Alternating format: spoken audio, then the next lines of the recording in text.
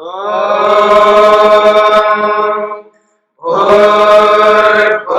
स्वः तत्सवितुर्वरेण्यं भर्गो देवस्य धीमहि धियो यो नः प्रचोदयात्।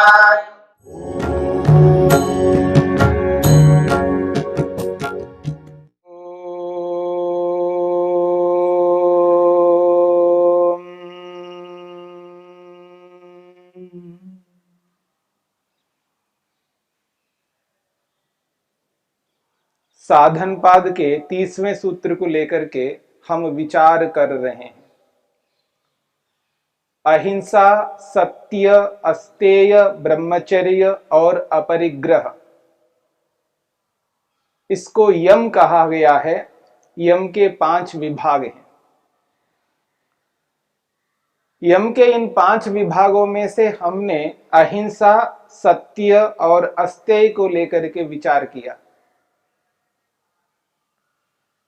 चौथा विभाग है ब्रह्मचर्य।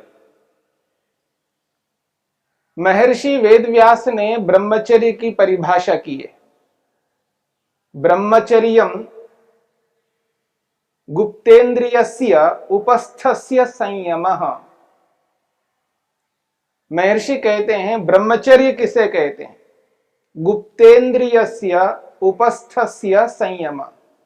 गुप्तेन्द्रिय का संयम करना, उपस्थेन्द्रिय का संयम करना, अर्थात मूत्रेंद्रिय पर संयम रखना, यह है ब्रह्मचर्य।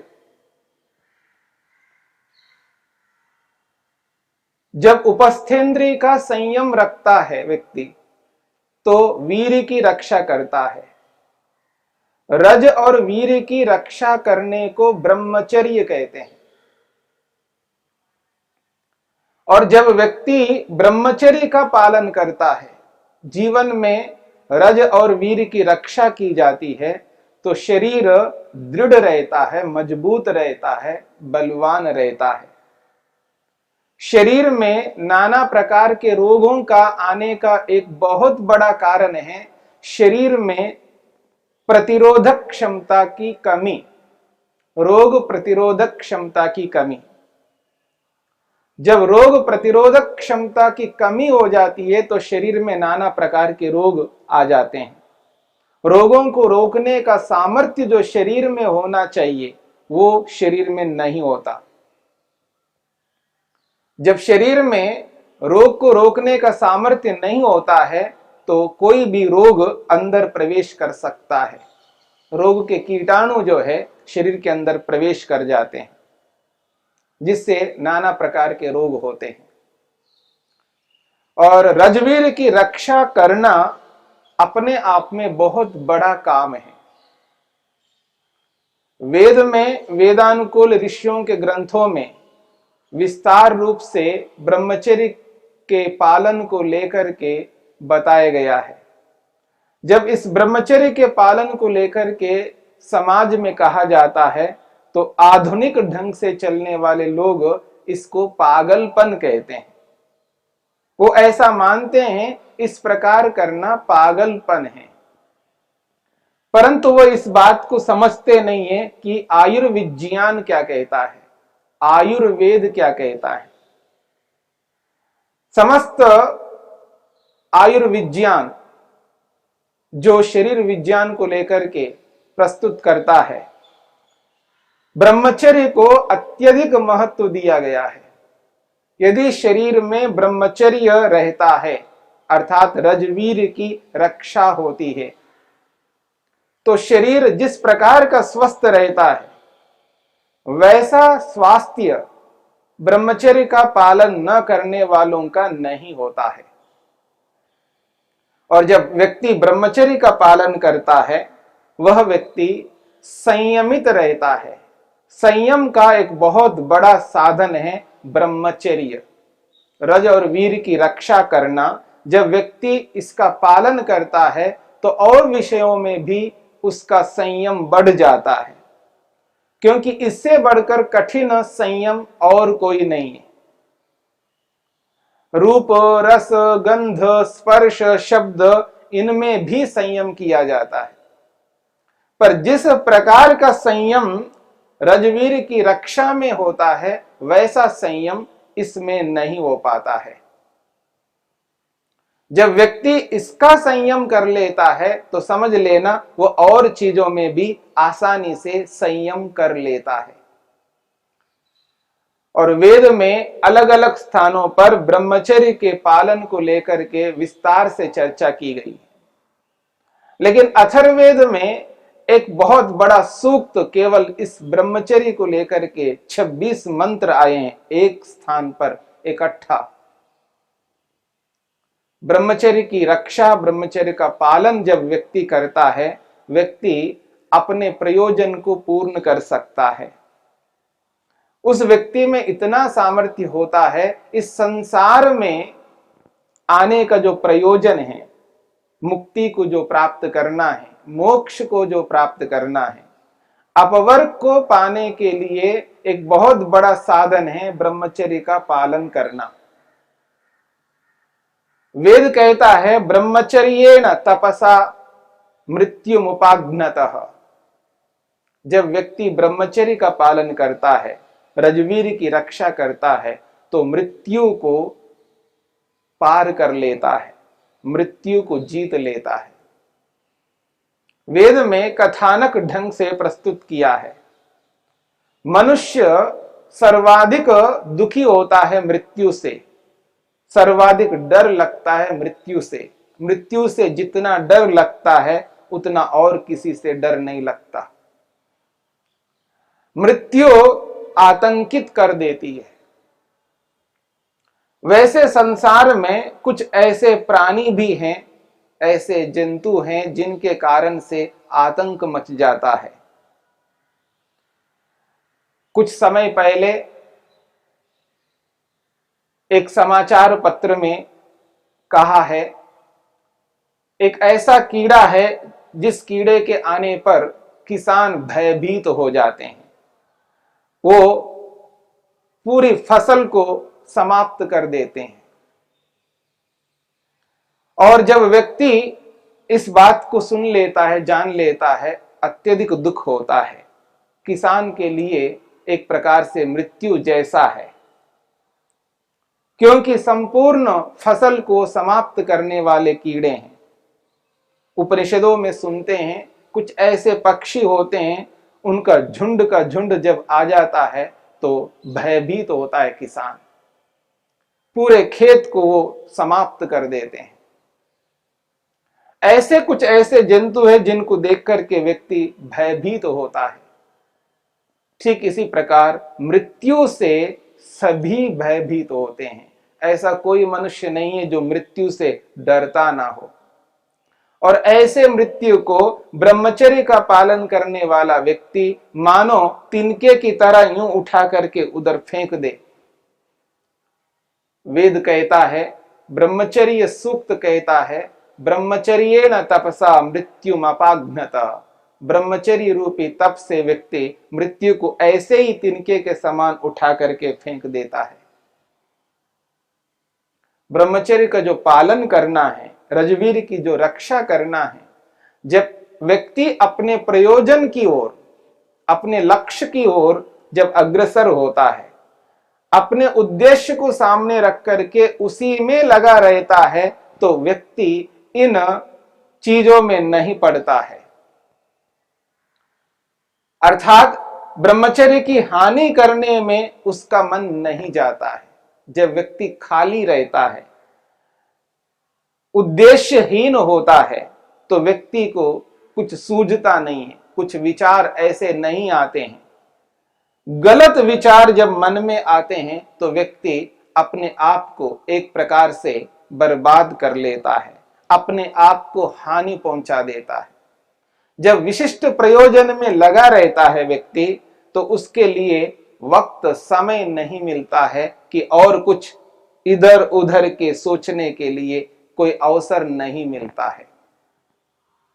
जब व्यक्ति अपने पूर्ण उद्देश्य की ओर लगा लेता है अपने आप को, अपनी सारी शक्ति को, सामर्थ्य को, बल को, ज्ञान विज्ञान को उसी उद्देश्य को पूरा करने में जब लगाता है, तो उसको और छोटे मोटे उन चीजों में पढ़ने के लिए उसके पास समय नहीं होता है।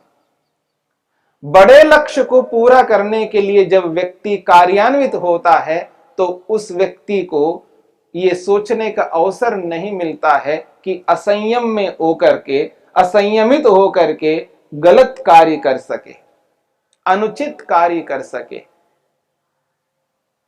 अनुचित कार्य करने का अभिप्राय है व्यभिचार नहीं कर सकता।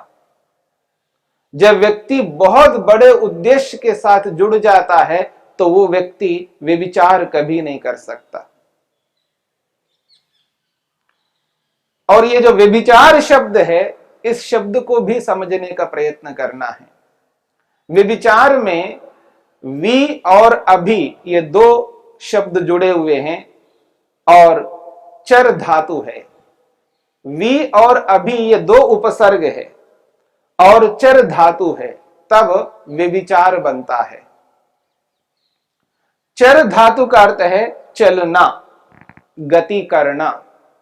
गति अर्थ को बताने वाला ये धातु है चलना। और वी और अभी जोड़ दिया है तो अच्छी प्रकार चलना, अच्छी प्रकार गति करना, यानी ठीक प्रकार से चलने को अभिचार कहते हैं। और जब व्यक्ति ठीक प्रकार से नहीं चलता यानी विपरीत चलता है उसको कहते हैं व्यभिचार। अभिचार और व्यभिचार। अभिचार का अर्थ है ठीक प्रकार से चलना। ठीक प्रकार से चलने का अभिप्राय है जो नियम लिया है, जिस किसी भी विषय में जैसा नियम लिया है उस नियम के अनुसार, उस उद्देश्य के अनुसार, उस वचन के अनुसार चलने को अभिचार कहते हैं और उसके विपरीत चलने को व्यभिचार कहते हैं। व्यभिचार शब्द एक व्यापक है। दर्शनों में व्यभिचार शब्द अनेकत्र प्रयोग में आता है और विशेषकर न्याय दर्शन में व्यभिचार शब्द का बहुत अधिक प्रयोग में आता है। जब व्यक्ति बातचीत करता है और जो नियम लेकर के बातचीत करता है, दो पक्ष वाले बातचीत करते हैं, वाद करते हैं। जब वाद किया जाता है उस वाद में किसी सिद्धांत को लेकर के, किसी विषय को लेकर के जब बातचीत करते हैं और उस बातचीत में कुछ नियमों को निर्धारित किया जाता है, हम जो बातचीत करेंगे, चर्चा करेंगे, इन नियमों पर बातचीत करेंगे, इन नियमों के अनुसार बातचीत करेंगे। जब उस नियम के अनुसार नहीं चलता है तब उसको कहा जाता है आप व्यभिचार कर रहे हो, आप व्यभिचार को प्राप्त हो रहे हो। अर्थात जो नियम आपने स्वीकार किया है उस नियम का उल्लंघन कर रहे हो, इसका नाम है व्यभिचार। और ये व्यभिचार जहां जहां जिस विषय को, जिस नियम को स्वीकार किया जाता है, जब उस नियम के विपरीत चला जाता है तब उसको व्यभिचार कहते हैं और उस व्यभिचार को करने वाले व्यक्ति को व्यभिचारी कहते हैं। जो व्यभिचार हो रहा है उस व्यभिचार का जो प्रयोग करता है, उसका प्रयोग करने वाला है, उसको व्यभिचारी कहते हैं। व्यभिचार का प्रयोग जो व्यक्ति करता है उसे व्यभिचारी कहते हैं। तो ये व्यभिचारी शब्द व्यापक अर्थ है, पर लोक में यहां पर उपस्थेंद्रिय का जो संयम नहीं करता है उस व्यक्ति के लिए ही रूढ़ी में बोला जाता है। लोक में रूढ़ी अर्थ ये हो गया है, केवल इसी के लिए व्यभिचार शब्द का प्रयोग होता है। केवल इसी के लिए ना होकर के व्यापक रूप में जहां जहां जिन जिन नियमों का उल्लंघन किया जाता है वहां वहां पर इस शब्द का प्रयोग शास्त्रों में किया जाता है। लोक में उपस्थेंद्रिय का संयम जब व्यक्ति नहीं करता है वहीं पर इसका प्रयोग किया जाता है और वहां पर भी यही अर्थ होता है। जब विवाह किया जाता है, जब स्त्री पुरुष पति पत्नी के रूप में परिवर्तित होते हैं तो वहां पर नियम लिया जाता है, मैं आपके लिए हूं और आप मेरे लिए हो। जब इन दोनों ने नियम लिया है, उस नियम का जब उल्लंघन करते हैं उस स्थिति में वहां पर इस व्यभिचार शब्द का प्रयोग होता है लोक में। वहां पर भी नियम लिया गया है। जहां जिस नियम को लिया गया है उस नियम का उल्लंघन होता है, वहां पर व्यभिचार होता है, और उस व्यभिचार को जो करने वाला होता है उसको व्यभिचारी कहते हैं। पर लोक में केवल इसी एक अर्थ में ही इसका प्रचलन हुआ है, इसलिए व्यभिचार शब्द उसी में प्रयोग में किया जाता है लोक में, परंतु शास्त्रों की दृष्टि से हर जगह इस शब्द का प्रयोग किया जाता है। और सब जगह एक ही नियम है कि जो नियम लिया जाता है उस नियम का जब उल्लंघन किया जाता है उसी का नाम व्यभिचार है। और जो व्यक्ति व्यभिचार नहीं करता है, संयम रखता है, अपने लिए हुए नियम पर टिका रहता है, उसी को यहां पर ब्रह्मचर्य शब्द से कहा जा रहा है। और इस ब्रह्मचर्य के माध्यम से व्यक्ति अपने मूल उद्देश्य को, जो सबसे बड़ा उद्देश्य है, जो मोक्ष है, अपवर्ग है, उस अपवर्ग को पूर्ण कर सकता है। और जब इस उद्देश्य को वो पूरा न करते हुए जब व्यक्ति व्यभिचार के रूप में करता है, तब यहां पर वो अपने लक्ष्य से, बड़े उद्देश्य से भटक जाता है। एक ओर बहुत बड़े उद्देश्य से तो भटकता ही है, और दूसरी ओर शारीरिक हानि भी कर लेता है। शरीर में जब ब्रह्मचर्य विद्यमान रहता है, अर्थात रज और वीर्य सुरक्षित रहता है, तो शरीर स्वस्थ रहता है, दृढ़ रहता है, बलवान रहता है। और शरीर के अंदर रोग प्रतिरोधक क्षमता उन्नत होती है और मजबूत रहती है। उस क्षमता के कारण से बाहर के जो ऐसे रोग कारक कीटाणु है वो शरीर के अंदर प्रवेश नहीं करते हैं, तो शरीर स्वस्थ रहता है, निरोगी रहता है। और जो व्यक्ति अपने शरीर को स्वस्थ रखता है, निरोगी रखता है, वो अपने बड़े उद्देश्य को पूरा करने में सक्षम होता है। और यूं कहा जाए, बड़े उद्देश्य को पूरा करने के लिए वो अधिकारी बन जाता है। रोगी व्यक्ति, जिसका शरीर स्वस्थ नहीं है, ऐसा रोगी व्यक्ति उस बड़े उद्देश्य को पाने में सक्षम नहीं होता है, वो अनधिकारी होता है, वो एबल नहीं होता, वो समर्थ नहीं होता। क्योंकि इतने बड़े लक्ष्य को प्राप्त करने के लिए शरीर का स्वस्थ होना आवश्यक है। इसलिए शास्त्रों ने स्पष्ट शब्दों में कहा है, धर्म अर्थ काम मोक्षाणाम आरोग्यम मूलम उत्तमम। यदि व्यक्ति को मोक्ष को प्राप्त करना है, मुक्ति को प्राप्त करना है, अपवर्ग को अपनाना है और समस्त दुखों से छूट जाना है, पृथक होना है, तो उसको आरोग्य को बनाए रखना होगा, शरीर को स्वस्थ बनाए रखना होगा। और शरीर को स्वस्थ बनाए रखने के पीछे बहुत बड़ा कारण है ब्रह्मचर्य।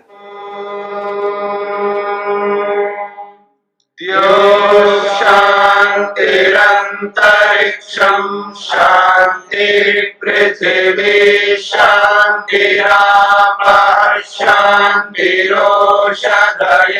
शांतिः वनस्पतयः शांतिर्विश्वे देवाः शांतिर्ब्रह्म शांति सर्वं शांति शांतिरेव शांति क्षमा शांतिरेधि। ओम शांति शांति शांति।